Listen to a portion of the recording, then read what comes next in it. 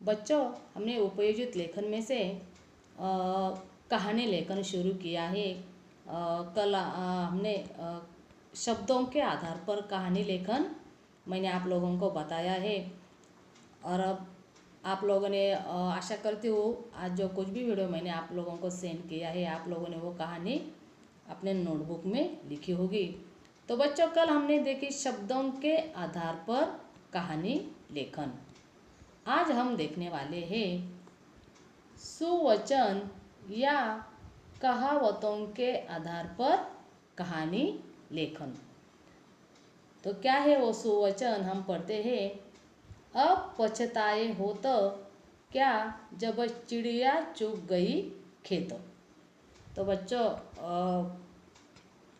ये जो कहावत है या जो सुवचन है, बच्चों हमें एक बात तो पक्की मालूम है कि कोई भी अगर काम हम करने जाते हैं, चाहे वो अच्छा हो चाहे नहीं, शायद वो अच्छा ही हम करने जाते हैं, लेकिन हमें ऐसे करते हैं कि देखेंगे, बाद में करेंगे, बाद में देखूंगा, आज नहीं कल नहीं परसों, 2-4 दिन के बाद, ऐसे हम क्या करते हैं, सोचते रहते हैं। लेकिन अगर हमने वही काम अगर ठीक तरीके से वक्त पे किया तो हमें कोई परेशानी नहीं आती है। लेकिन अगर हम ऐसा सोचते रहते, फॉर एग्ज़ाम्पल परीक्षा, अगर आप लोगों की परीक्षा नज़दीक आई है, फिर भी आप लोग पढ़ाई करने में कहते हैं कि जाने दो, अभी 2 महीने बाकी है, 3 महीने बाकी है, 1 महीना बाकी है, 15 दिन बाकी है, ऐसा हम सोचते रहते हैं। और ऐसा सोचते तो फिर क्या हो जाता है, दिन निकल जाते हैं, वक्त भी निकल जाता है। और एक बात तो आप लोगों को पता है बच्चों, समय किसी के लिए रुकता नहीं है। और जब भी फिर परीक्षा का टाइम आता है तो हमारी पढ़ाई पूरी नहीं होती है, और इसका नतीजा यही होता है कि हमें पढ़ाई में या परीक्षा में हमें अंक कम मिलते हैं।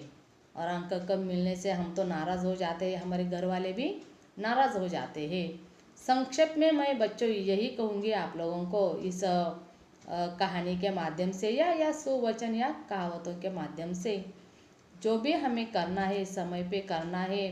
अगर हमारा समय बीत गया, चला गया, तो सिवाय पछताए हमारे हाथ कुछ नहीं आता है। बाद में हम पछताना पड़ता है कि अगर मैंने वक्त पे ऐसा किया होता। सिर्फ पढ़ाई के बारे में नहीं, और भी बहुत सारे कामें होते हैं हमारे जीवन में, उसे अगर हमने समय पे पूरा नहीं किया, या बाद में हमें क्या होता है, पछताना होता है कि अगर मैंने उसी वक्त ऐसा किया होता तो आज मुझे एक दिन देखने को नहीं मिलते, या जो कुछ भी हो, जो कुछ भी समस्या को हमें झेलना पड़ता है, तो वो समस्या हमारी ज़िंदगी में कभी भी नहीं आती है। तो ऐसे ही इस सुवचन के आधार पर हमें एक कहानी लिखनी है। तो बच्चों, ये सुवचन या कहावतों की जब हम एक कहानी लिखेंगे तो यहाँ सबसे आखिर में यानी अंत में सीख भी यहाँ लिखी है, तो वो सीख भी आप लोगों को लिखनी होगी। और ये जो कहानी है बच्चों, ये ऐसे ही यहाँ जो परिच्छेद दिए हैं, उस परिच्छेद के अनुसार ही उस कहानी को आप लोगों को अपने नोटबुक में लिखना है। और बच्चों, कल हमने शब्दों के आधार पर देखी, और आज हमने ये सुवचन या कहावतों के आधार पर इस कहानी को हमने आज देखा है। तो अपने नोटबुक में इसे कंप्लीट करके रख दो।